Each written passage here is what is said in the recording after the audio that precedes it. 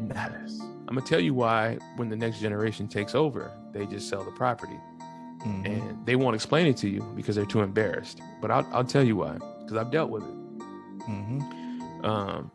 What happens is, if I buy a property today, actually, I'll give you a real life example.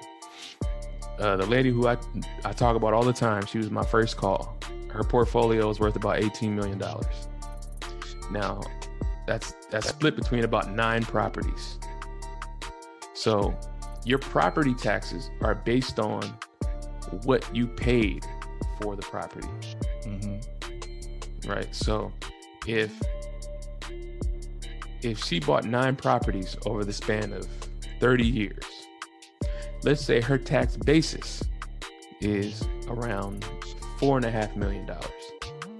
So her property taxes collectively, I'm just using this as a very simple example, collectively are around 1.2% of $4 million annually, right? So probably like some 40 grand collectively amongst all 9 properties. What happens is when you die, whoever inherits the properties gets what's called a step up in basis, right? And what that does is it eliminates, or it basically wipes out the previous tax basis and raises it to market value. Now, why is that a good thing?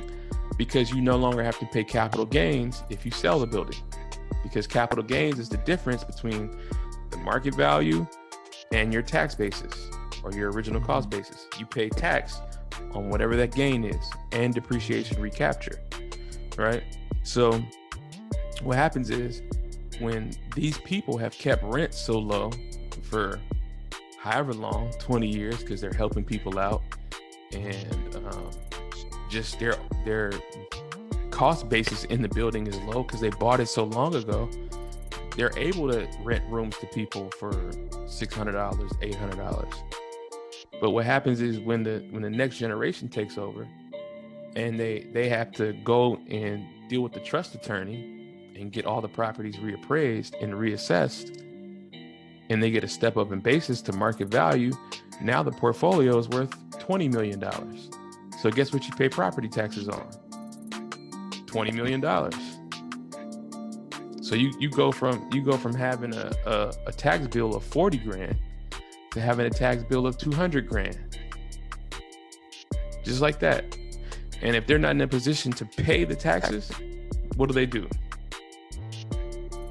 That's the easiest way to set up, all that holding on to, they've owned this property for 50 years, hold on to it, never, all of that, it only places a tax burden on the next generation. That's all it does.